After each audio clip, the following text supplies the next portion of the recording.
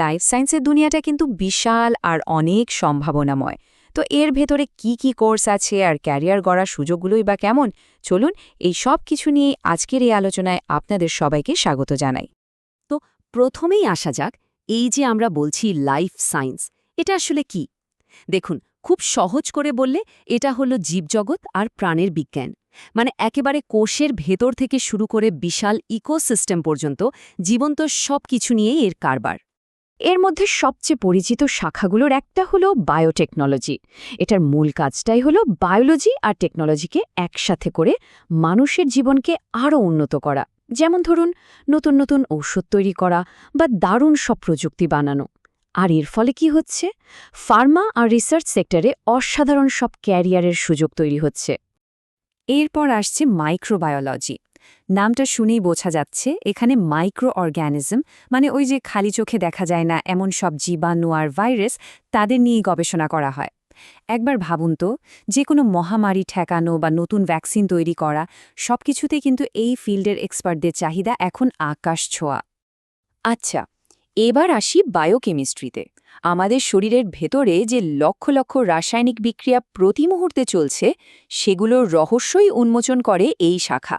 আর তাই যে কোনো রোগ ডায়াগনোসিস করা বা একেবারে নতুন কোনো ওষুধ আবিষ্কারের পেছনে এর ভূমিকাটা কিন্তু খুবই গুরুত্বপূর্ণ। এরপর কথা বলা যাক জেনেটিক্স নিয়ে। ডিএনএ, জিন, বংশগতি, এই সব কিছুই এর আলোচনার বিষয়। ফিউচার মেডিসিনের কথা যখনই আসে, যেমন ধরুন পার্সোনালাইজড মেডিসিন, মানে একদম আপনার শরীর অনুযায়ী চিকিৎসা, সেখানে জেনেটিক্সের কোনো বিকল্পই নেই। আর যারা আমাদের চারপাশের পরিবেশ নিয়ে ভাবতে ভালোবাসেন, তাদের জন্য আছে এনভায়রনমেন্টাল সায়েন্স। আজকের দিনে ক্লাইমেট চেঞ্জ বা জীববৈচিত্র্য রক্ষা করার মতো বড় বড় চ্যালেঞ্জ মোকাবেলার জন্য একটা সুন্দর আর টেকসই ভবিষ্যৎ গড়ার জন্য এই ফিল্ডটার গুরুত্ব বলে শেষ করা যাবে না। এই যে এতগুলো শাখার কথা আমরা জানলাম, দেখুন এই টেবিলটা এক নজরে সবটা পরিষ্কার করে দিচ্ছে। কোন শাখার মূল লক্ষ্যটা কি, আর তার উপর ভিত্তি করে ক্যারিয়ারের সুযোগটা কোথায়, সবকিছু এখানে এক জায়গায় দেওয়া আছে।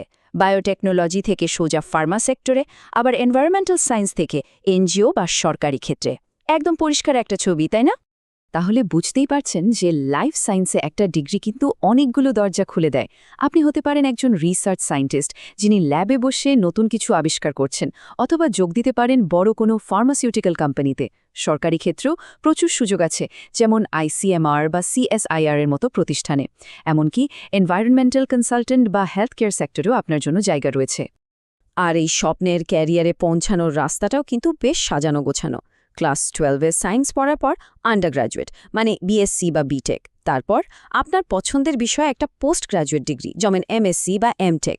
ব্যাস, এরপরই আপনি চাকরি বা আরও উচ্চতর গবেষণার জন্য, মানে পিএইচডির জন্য পুরোপুরি প্রস্তুত। সুতরাং একটা কথা একদম পরিষ্কার, লাইফ সায়েন্স কিন্তু শুধু একটা পড়ার বিষয় নয়, এটা একটা হাই গ্রোথ আর ফিউচার ফোকাসড ক্যারিয়ার ফিল্ড। আর এর চাহিদা কিন্তু দিন দিন বেড়েই চলেছে। দিন শেষে এই ফিল্ডটা আপনাকে স্বাস্থ্য, প্রযুক্তি আর আমাদের এই সুন্দর পরিবেশের ভবিষ্যৎকে নিজের হাতে গড়ে তোলার একটা দারুণ সুযোগ দেয়। তো আপনি কি এই ভবিষ্যৎ করার জন্য প্রস্তুত?